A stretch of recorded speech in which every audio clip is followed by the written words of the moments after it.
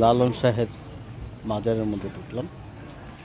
এখানে একটা সুন্দর ছোট্ট একটা রেস্ট হাউস টাইপের করা হয়েছে, নাম দেওয়া হয়েছে ভবের ঘর।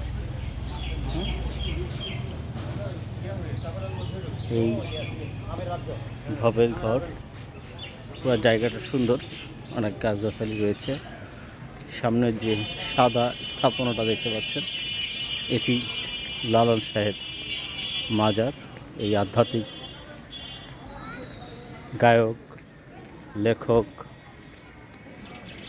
এক অসাধারণ আধ্যাত্মিক লোক ছিলেন।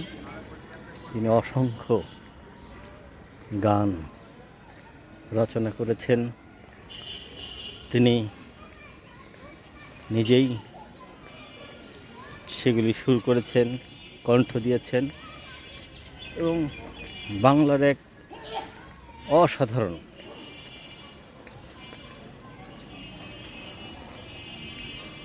আধ্যাত্মিক গুরু ছিলেন। তার অনুসারী বহু মানুষ এদেশে রয়েছে। এই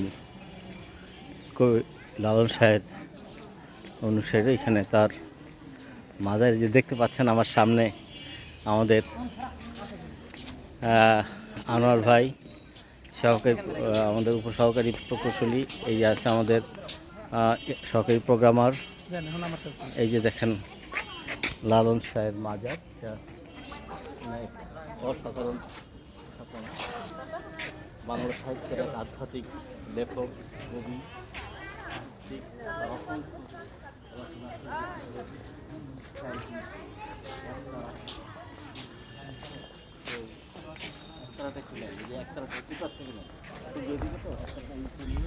পুরাটা আসবে।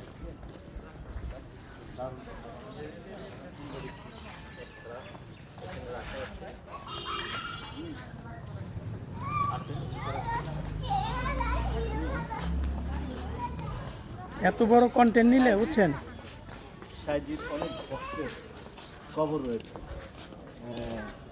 এখানে। যারা মৃত্যুবরণ করেছে, যারা সঙ্গীত ছিলেন, তাদের অনেকের কবর এখানে রয়েছে। একটি কোনো মূল ফটো আসেন আমার ভাই, অডিটোরিয়াম, এই সামনেটা সাংস্কৃতিক কেন্দ্র।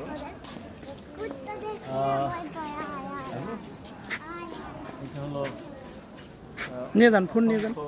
ভক্তরা আসেন, অসংখ্য ভক্তের মাজার রয়েছে। কুকুরের জুতা না নিয়ে যায়।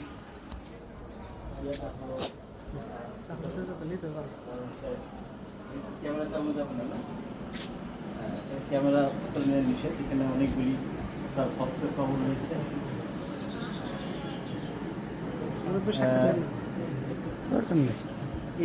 এইটা হলো লালন শাহের এই অডিটোরিয়াম।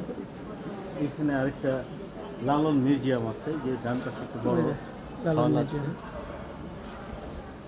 এখানে আসলে লালনের যে মেলা হয়, এই মেলার সময় এখানে তিল ধারণার জায়গা থাকে। এত বড় কন্টেন্ট হলে কিন্তু হবে না, ভিউ হবে না।